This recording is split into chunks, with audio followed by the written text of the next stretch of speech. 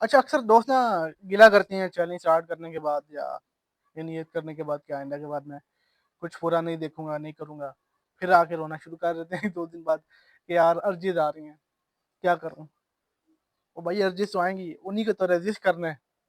اب ایسا تو ہو نہیں سکتا کہ آپ پروگرام میں آئیں یا چیلنج خود سے اسٹارٹ کریں اور آپ کو ارجیز آنا ختم ہو جائے، جادو ہو جائے، آپ ٹوٹلی نامرد ہو جائیں۔ ایسا تو پاسبل ہی نہیں ہے۔ تو اصل کام ہی ہمارا یہ ہے کہ ریزسٹ کرنا ہم نے سیکھنا ہے، کہ ایک ہائی لیول کی جو ہماری ایڈکشن بنی ہوئی ہے وہ ہمیں تنگ کرے گی کہ کرو کرو، اسی کو تو آپ نے ریزسٹ کرنا ہے۔ وہ پھر کبھی خیالات کی صورت میں آئے گی، کبھی جو ہے کوئی ٹریگر سامنے آ جائے گا، وہ مزید پش کرے گا، ٹھیک ہے؟ اور کبھی آپ کا ویسے دل کرے گا کہ میں ریلیکس کروں، کبھی اسٹریس آئے گا، مختلف بہانے ہوں گے ریلیکس کرنے کے۔ تو اسی کا تو آپ نے کنٹرول کرنا سیکھنا ہے، ریزسٹ کرنا سیکھنا ہے۔ آئیڈیل سچویشن تو کبھی بھی نہیں ہو سکتی، دنیا ہے یہاں پہ ہر وقت مسئلے مسائل بھی چلیں گے، اسٹریس بھی چلے گا، ٹریگرس بھی آئیں گے، خیالات بھی آئیں گے، اسی کا تو کنٹرول کرنا سیکھنا ہے۔ تو آپ یہ کہیں کہ جی مجھے ارجیزن آئے یا مجھے کوئی انجیکشن بتا دیں ایسا، یا کوئی میڈیسن بتا دیں کہ مجھے اس طرح کے خیالات آنا بند ہو جائیں، تو یہ بالکل ایک فضول سوچ ہے، ٹھیک ہے؟ کھانے پینے کے بعد تیسری جو انسان کی بنیادی ضرورت ہے وہ جنسی ضرورت ہے، ٹھیک ہے؟ اب آپ یہ کہیں مجھے کہ آپ مجھے کوئی ایسی میڈیسن بتاؤ کہ مجھے بھوک ہی نہ لگے، تو مجھے بتاؤ میں ایسی میڈیسن کہاں سے لاؤں گا؟ بھوک نہیں کھائیں گے نہیں تو بھوکے مر جائیں گے۔ ڈوپامین کا بیسیکلی سے کام ہی یہی ہے، انسان کو سروائیو کروا کے رکھے، زندہ کروا کے رکھے۔ پہلا وہ ڈوپامین ریلیز کرواتا ہے کھانے پہ، تاکہ انسان کھانے کی لالچ کرے، اس کو انرجی ملتی رہے، وہ زندہ رہے۔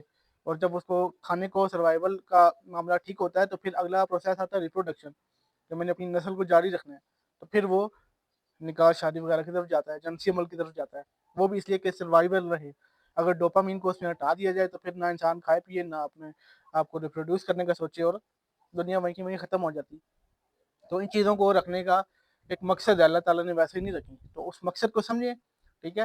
اور پھر اس کے مطابق ایکٹ کریں، ٹھیک ہے؟ حلال رستہ ڈھونڈنے کی کوشش کریں، اس کے لیے محنت کریں، ٹھیک ہے؟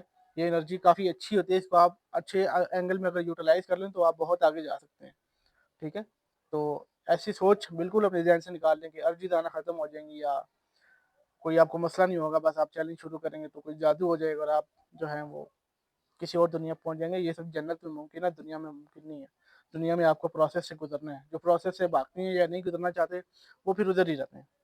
تو خود کو پیش کریں، بہادری کے ساتھ سامنے آئیں، بھاگیں نا۔ کوئی بھی مشکل زندگی میں آ جائے نا، وہ بھاگنے سے حل نہیں ہوتی، فیس کرنا پڑتا ہے۔